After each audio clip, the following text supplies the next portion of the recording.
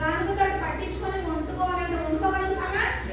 మాట్లాడాలి మీరు కూడా లేదు కదా. మరి నీళ్లు పోసి వంట వండుకోగలుగుతామా? వండుకోలేము. కానీ అంత రేటు పెట్టలేము, వాడకుండా ఆపుకోలేము కదా. ఏదో చూసాము మళ్ళీ మర్చిపోయాము, మళ్ళీ కిచెన్లోకి వచ్చి అదే కమ్మగా వండుకొని తింటున్నాం కదా.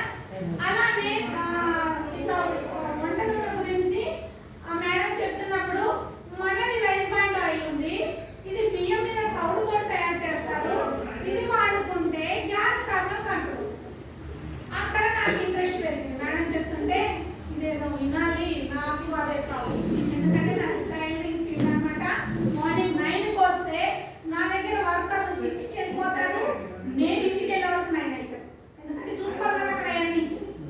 అలా టైం టు టైం ఫుడ్ తినేదాన్ని కాదు, వాటర్ తీసుకునేదాన్ని కాదు. దానివల్ల నాకు హెవీ గ్యాస్ ప్రాబ్లం.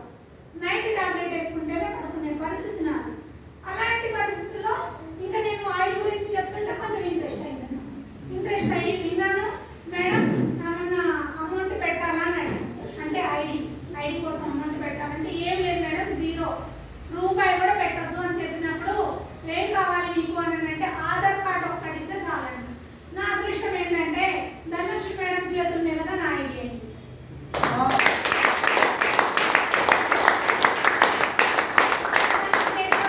నేనైతే మేడం ఐడి చేశారు. ఇంకొకటి అడిగాను, మేడం టార్గెట్ ఏమైనా ఉందా? టార్గెట్ అంటే ఇన్ని సామాన్లు అంటే ఇన్ని వేలే తెచ్చుకోవాలి అని. ఏం లేదు మేడం, మీ ఇష్టం వచ్చింది తెచ్చుకోవచ్చు. అప్పుడు నాకు ఫస్ట్ నచ్చిందేంటి? Cooking oil. ఆయిల్ తెచ్చుకున్నాను, తర్వాత వచ్చేసి ఒక సోప్ తెచ్చుకున్నాను, తర్వాత పేస్ట్ తీసుకున్నాను. ఈ 3 కూడా సూపర్గా ఉన్నాయి. ఎలా అంటే మన సోప్ ఏమో స్కిన్ స్మూత్గా ఉంది, ఇంకొకటి పేస్ట్ ఏమో మనం ఒక 4 అవర్స్ మనం ఏమైనా తినకుండా తాగకుండా ఉంటే మన నోటి స్మెల్ అనేది రాస్తుంది కదా. ఈ పేస్ట్ పట్టు అలా రావట్లేదు, అది బాగుంది. కుకింగ్ ఆయిల్కి గ్యాస్ ప్రాబ్లం నాకు ఒక వారంలో రిజల్ట్ మంచిగా వచ్చింది. బాగా లేదా? బాగుంది. కాబట్టి ఇంకా నేను వీటివన్నీ కంటిన్యూ చేస్తున్నాను. నేను బిజినెస్ గురించే పట్టించుకోలేదు అప్పుడు. ఇంకా అలాంటి టైంలో నాకు ఒక 10 సంవత్సరాల అమ్మాయి ఉందండి, చిన్న అమ్మాయి. ఆ అమ్మాయిని మార్నింగ్ స్కూల్ పంపించాను, ఈవినింగ్ వచ్చేవరకు స్టమక్ పెయిన్ పెట్టి బాగా ఏడ్ చేసుకుంటూ వచ్చేసింది. ఫీవర్, స్టమక్ పెయిన్ హెవీగా ఉన్నాయి. ఇంకా ఆర్ఎంపీ డాక్టర్ దగ్గర తీసుకెళ్తే అమ్మ నా దగ్గర కాదు, నేను చేయలేను ట్రీట్మెంట్ అని చెప్పేసి ఓఎస్ డాక్టర్ పంపించారు. అక్కడైతే మీకు అన్ని అవైలబుల్గా ఉంటాయి, అక్కడ తీసుకెళ్ళండి అమ్మ, నాకు కాదని చెప్తే ఓఎస్ డాక్టర్ ఎంతమంది చేస్తాను ఇక్కడ అన్నీ అందులోనే ఉంటాయి. మనం ఏ ఒక్క టెస్ట్ కూడా పెడతాం విధానం. అయితే అక్కడ నేను తీసుకెళ్ళగానే ఒక ఆపరేషన్లో 2 బ్లడ్ టెస్టులు చేశారు. అమ్మాయికి కడుపులో రాళ్ళు గడ్డలు ఉన్నాయని చెప్పారు. అంత చిన్న పాపకి రాళ్ళు గడ్డలు ఎలా వస్తాయండి కదా. అయితే నాకు చాలా భయం వేసింది. ఇమీడియట్లీ హాస్పిటల్ అడ్మిట్ చేయమన్నారు, చేశాను. యాంటీబయాటిక్ ఇస్తున్నారు. 3 రోజులు అడ్మిట్ చేస్తే చాలా అన్నారు. 3 రోజులు పోయింది, 6 రోజులు పోయింది, 6 రోజులు పోయింది, 8 రోజులు అయింది. 8 రోజులు అయినా కూడా పాపకి పెయిన్ అనేది కంట్రోల్ కాకపోవడంతో ఏంటంటే ఏంటి సార్ అని అడిగితే అమ్మ ఇది నాకు అర్థం కావట్లేదు, ఒకటి సిటీ స్కానింగ్ చేద్దామన్నారు. అది సిటీ స్కానింగ్ వచ్చేసి 9,000. అది కూడా చేయించాను. అది కూడా చేపిస్తే పాపకు అప్పుడు దాంట్లో వచ్చిన రిజల్ట్ ఏంటంటే 7 mm రాళ్ళు గడ్డలు ఉన్నాయి 8 రోజుల తర్వాత. ఇంకా అలా మరి ఏంటి సార్ ఎలా మరి కంట్రోల్ అవ్వడం ఎలా అంటే అమ్మ ఆపరేషన్ చేయాలి తప్పదు అన్నారు. తప్పదు అన్నప్పుడు మరి ఎంత ఖర్చు అవుతుందంటే 50,000 నుంచి 70,000 వరకు అవుతుందన్నారు. అలా అన్నప్పుడు నేను ఆలోచిస్తున్న ఇంత చిన్న పాపకు ఆపరేషన్ అంటే తట్టుకోగలుగుతా ఎలా ఏంటి అని బాధపడుతున్న టైంలో మా అక్కయ్య సప్న మేడం గారు కాల్ చేసి ఇలాంటి మీటింగ్ ఇప్పుడు చూడండి, ఇక్కడ లీడర్స్ ఉన్నారు, ఇప్పుడు కొత్త వాళ్ళు ఉన్నారు కదా, వాళ్ళు మీకు ఫోన్ చేస్తేనే మీరు వచ్చారు కదా. ఫ్రీగా ఉంటేనే వచ్చారా లేకపోతే అక్కడ ఉండి నేను వచ్చేస్తున్నానని వచ్చారా? ఫ్రీగా ఉంటేనే కదా మీరు వచ్చింది. అలానే నాకు మేడం ఫోన్ చేస్తే మేడం చెప్పా, మేడం నేను హాస్పిటల్లో ఉన్నాను, నా పాప